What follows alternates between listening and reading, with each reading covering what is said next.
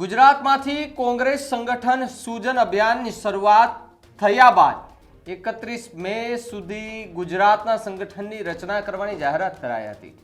જો કે અંતે કોંગ્રેસે 20 દિવસ મોડી શહેર જિલ્લા પ્રમુખોની વરણી કરી છે। ગુજરાતમાં રાષ્ટ્રીય અધિવેશન સમયે અને ત્યારબાદ રાહુલ ગાંધીએ જરૂર પડે તો કોંગ્રેસના કેટલાક નેતાઓને ઘર ભેગા કરવાની વાત કરી હતી। ત્યારબાદ મધ્યપ્રદેશમાં કહ્યું હતું કે જે નેતા સારું કામ કરે છે તેને રિપીટ પણ કરાઈ શકે છે। આજે પણ જે યાદીમાં જાહેર કરવામાં આવી છે તેમાં કેટલાય નામો રિપીટ પણ થયા છે। એટલે રાહુલ ગાંધી જ્યારે અમદાવાદમાં જે અધિવેશન 2 દિવસનો કાર્યક્રમ યોજવામાં આવ્યો હતો તેમાં પણ તેમણે રેસના ઘોડા અને લગ્નના ઘોડાની વાત કરી હતી। જો કે કોંગ્રેસની અંદર નેતાઓ થોડા નારાજ થોડા ખુશ હતા। જિગ્નેશ મેવાણી પણ નારાજ જોવા મળતા હતા। પરંતુ જે જિલ્લા પ્રમુખોની જે વાત કરવામાં આવી રહી છે એ બધાની વરણી કરવામાં આવી છે। હવે આ વરણી થઈ તો શું ખરેખર ફાયદો થવાનો છે? નમસ્કાર, આપ જોઈ રહ્યા છો ન્યૂઝરૂમ અને આપની સાથે હું છું ભાવિક। પહેલા તો તમે અમારી ચેનલને સબસ્ક્રાઇબ નથી કરી તો અમારી ચેનલને સબસ્ક્રાઇબ કરો, બેલ આઇકનને દબાવો જેથી કરીને પડેપડના સચોટ સમાચાર તમને તમારા મોબાઈલ પર તરત જ મળી રહે।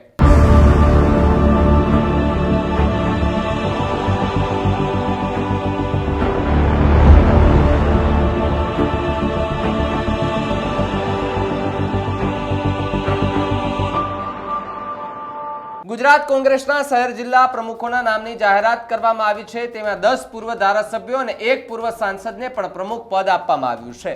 અમદાવાદ શહેર કોંગ્રેસની કમાન સોનલબેન પટેલને સોંપવામાં આવી છે, જ્યારે પાલા આંબલિયાને દેવભૂમિ દ્વારકા જિલ્લાના પ્રમુખની જવાબદારી સોંપવામાં આવી છે।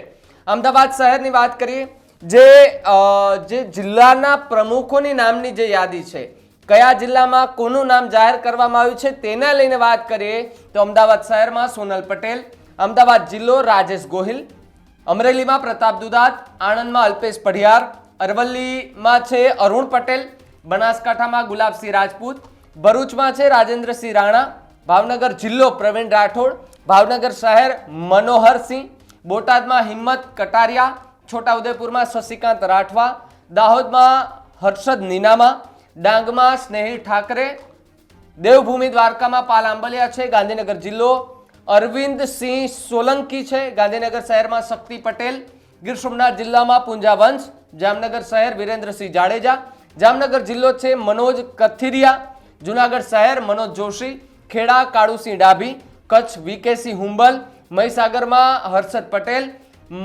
મહેસાણામાં બળદેવજી ઠાકોર, મોરબીમાં છે કિશોર ચીખલિયા, નર્મદામાં રણજીતસિંહ તડવી, નવસારીમાં શૈલેષ પટેલ, પંચમહાલમાં ચેતનસિંહ પરમાર, પાટણમાં ધેમર પટેલ, પોરબંદરમાં રામ મારુ, રાજકોટ શહેર ડોક્ટર રાજદીપસિંહ જાડેજા, રાજકોટ જિલ્લો હિતેશ વોરા, સાબરકાંઠા રામ સોલંકી, સુરત જિલ્લો આનંદ ચૌધરી, સુરત શહેર વિપુલ ઉધનાવાલા, સુરેન્દ્રનગર નૌશાદ સોલંકી, તાપી વૈભવ ગામિત, વડોદરા જિલ્લો જસપાલસિંહ પઢિયાર, વડોદરા શહેર ઋત્વિક જોશી, વલસાડમાં છે કિશન પટેલ। આ જે જિલ્લાઓ છે ત્યાં પ્રમુખોના નામની જે યાદી જાહેર થઈ છે તેમાં એટલા નામો જાહેર થયા છે।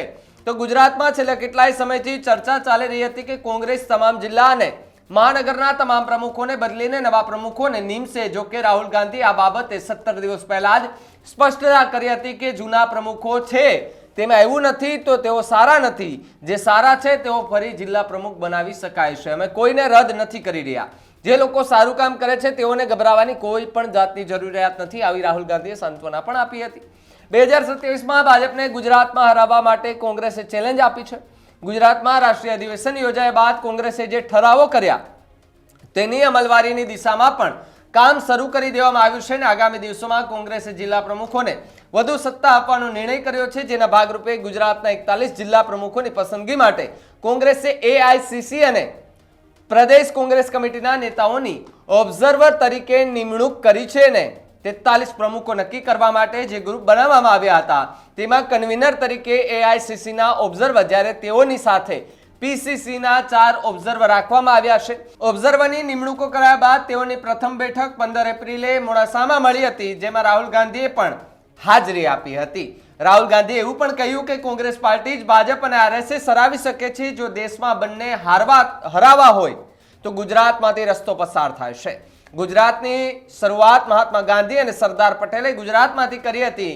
કેટલાક વર્ષોથી કોંગ્રેસ ડિમોરલાઇઝ થઈ છે, પરંતુ આ મુશ્કેલ કાર્યકર્તાના સહઉપયોગથી જે સહયોગ થયો છે એ સહયોગ દૂર થઈ શકે છે. મેં પહેલા પણ કહ્યું કે બે પ્રકારના ઘોડા હોય છે, એક રેસના અને બીજા લગ્નના, પણ મેં એમાં ત્રીજા ઘોડા પણ જોડી દઉં એટલે લંગડા ઘોડા. હવે રાહુલ ગાંધી અને કોંગ્રેસે લંગડા ઘોડા કોને કહ્યા છે? જો તમને ખબર હોય તો કમેન્ટ બોક્સમાં લખજો. અને શું ખરેખર આજે પ્રમુખોની નિમણૂક કરવામાં આવી છે ગુજરાતમાં, એ પ્રમુખોને લઈ અને શું ગુજરાતની અંદર ફરી એકવાર બેઠી થશે કોંગ્રેસ? તમને શું લાગે છે? કમેન્ટ બોક્સમાં ખાસ લખજો. જોતા રહેજો ન્યૂઝરૂમ. નમસ્કાર.